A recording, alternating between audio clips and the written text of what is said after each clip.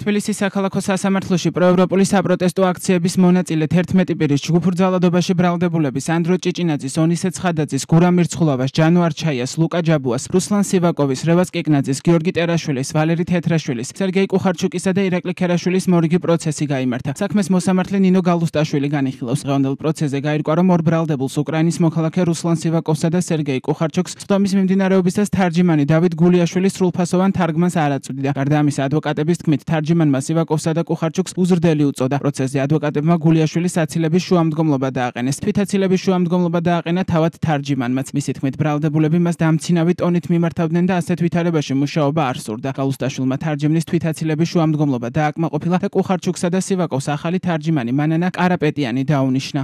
ბრალდებულებსა და თარჯიმანს შორის არის ინტერესთა კონფლიქტი, რადგანაც თარჯიმანი სრულყოფილად არ უთარგმნის იმ ინფორმაციას, რაც სასამართლოს თომაზე ჟღერდება მხარეების მხრიდან, ასევე სასამართლოს მხრიდან.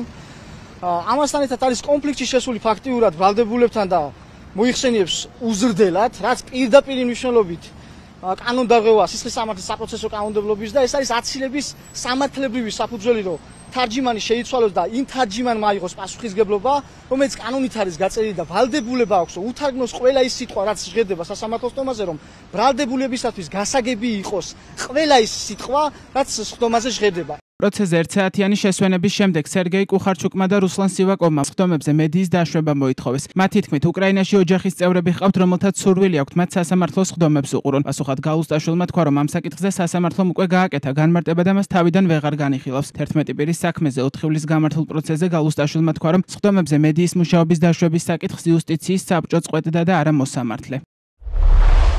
თხოვთ პატივცემულო მოსამართლე დაუშვათ ტელევიზია, ვინაიდან დედაჩემი იქ არის დანგრეულ ქალაქ ვოლჩანსკთან. იქ არ არის ტელევიზია, არ არის კავშირი, მხოლოდ 20 წუთი რთავი ინტერნეტ. ამ თხოვნით მოგმართავთ, რომ მან შეძლოს ჩემი ნახვა ინტერნეტში. არის სასამართლო ჩანაწერები და შეძლებს თავისი შვილის ნახვა. საქართველო მიყვარხარ.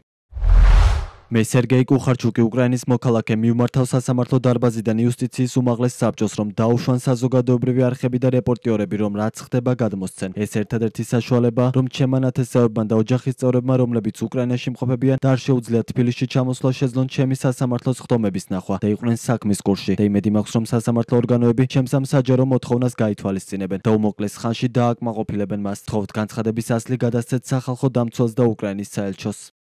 დღევანდელ პროცესზე ორი მოწმე განსაკუთრებულ დავალებათა დეპარტამენტის თანამშრომლები საქმეში დაზარალებულად ცნობილი ლაშა გელაშვილი და გიორგი გობრონიძე დაიკითხნენ. გელაშვილის თქმით, ის 30 ნოემბერს აქციაზე იმყოფებოდა, როცა მარჯვენა ფეხზე ქვა მოხვდა. ფეხი ეღრძო და ორი კვირა თაბაშირი ეკეთა. რაც შეეხება გიორგი გობრონიძეს, მან სხდომაზე თქვა, რომ აქციაზე 29 ნოემბერს იმყოფებოდა და ნასროლი პიროტექნიკისგან წელის მიდამოებში ზურგზე დამწვრობა მიიღო. ვინის როლა ქვა და პიროტექნიკა, რამაც განსაკუთრებულ დავალებათა დეპარტამენტის ორი თანამშრომლის დაზიანება გამოიწვია. ამ კითხვაზე მოწმეებს პასუხი არ ჰქონდათ. მათი თქმით, მათ არ დაუნახავთ კონკრეტულად ვისგან მიიღეს დაზიანება. გელაშვილის თქმით, თუ ბრალდებულებს დაუმტკიცდებათ ის, რასაც გამოძიება ედავება, კანონის შესაბამისად უნდა დაისაჯონ. გელაშვილის კითხვები ბრალდებულთაგან ერთ-ერთმა ონისე ცხადაძემაც დაუსვა და თქვა, რომ მანამ სანამ ბრალს წაუყენებდნენ, ის დანარჩენ 10 პირს არც კი იცნობდა.